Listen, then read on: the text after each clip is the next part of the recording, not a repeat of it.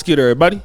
It's your boy, O'Shea Duke Jackson, back at it again with another episode of The Celebrity Junk. So, Dr. Umar Johnson is hot on these podcast streets, recently appearing on a Safe Place podcast with Little Yachty. And again, I'm saying all these celebrity podcasts. It's a very interesting setup.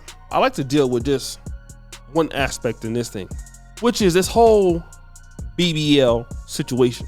And he's trying to say that hip hop is responsible as it objectifies women who look a certain way. I'm gonna read what he says verbatim. I won't play the clip, but I'm not holding you accountable for what everybody does. But there's mediums of media that have sexually objectified the black woman more than hip hop. So if I'm a little black girl in every music video I turn on, she's half dressed with big breasts and a big behind. I want a black man to want me and like me. I probably ain't got no daddy because the white man locked him up or the police killed him off. What am I gonna do to be attractive? He also added, I'm gonna go and get a BBL. What I'm saying is black men, not just hip hop. I wanna clarify. Black men, period.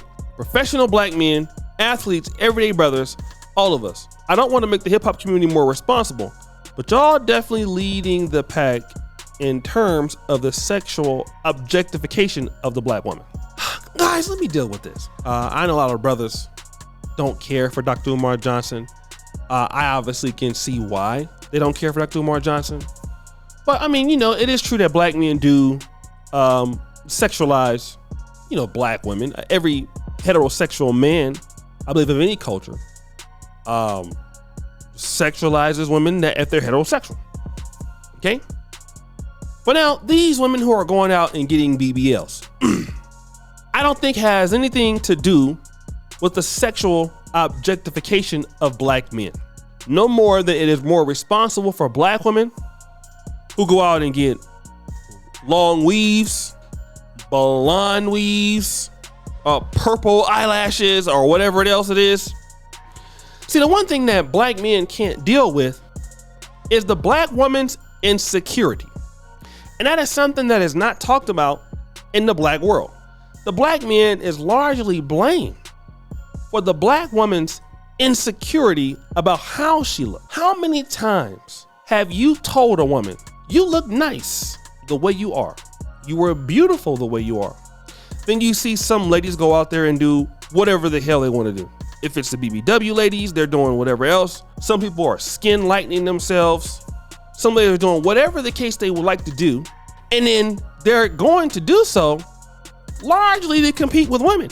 When a woman goes and gets a blonde weave or a certain clothing or a certain style or whatever, that really largely don't have anything to do with what kind of men she will attract. Because I think it's safe to say, honestly, that most women can understand what kind of men they're going to attract. A worthless one. All right? That's just it's just obvious. They're going to get a worthless man. Okay? They're doing it because they want to do it. And now, at what point can we say black women have the right to do whatever they want to do because, well, they just feel like doing whatever they want to do without blaming black men for whatever they want to do? Okay? So many women want to have kids, for an example, because they want to have kids and they don't care if the father is not there. That don't have anything to do with black men, for an example. I know it's the same argument, it's a similar argument. The argument is they want to do it. Okay? Black women are not, in my honest opinion, looking for a black man's approval when they make decisions to do what they want. If that was the case, we would see better marriage rates. Which we don't see that. We would see black women, or by that count, any woman in American society, but let's deal with the black woman, making a better effort to try to firstly understand what these guys want, how they want it, what they're looking for. That's not an attempt that we see a lot of ladies making in the community. We don't see that. It's largely something that we don't see. Why don't we see it? Because largely, that's not what women care about when it comes to the black men.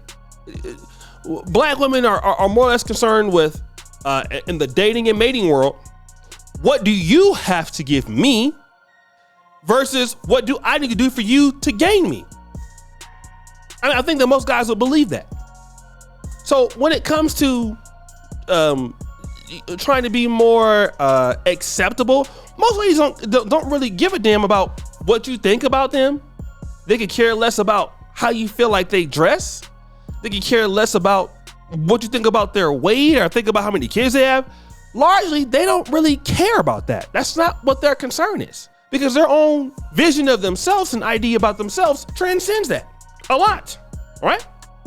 What Dr. Umar Johnson is trying to do is remove personal accountability for Black women's choices when and whenever they want to make those choices. And we just need to come to the point that Black women like what they like. They don't owe the Black man any reason as to why they like it.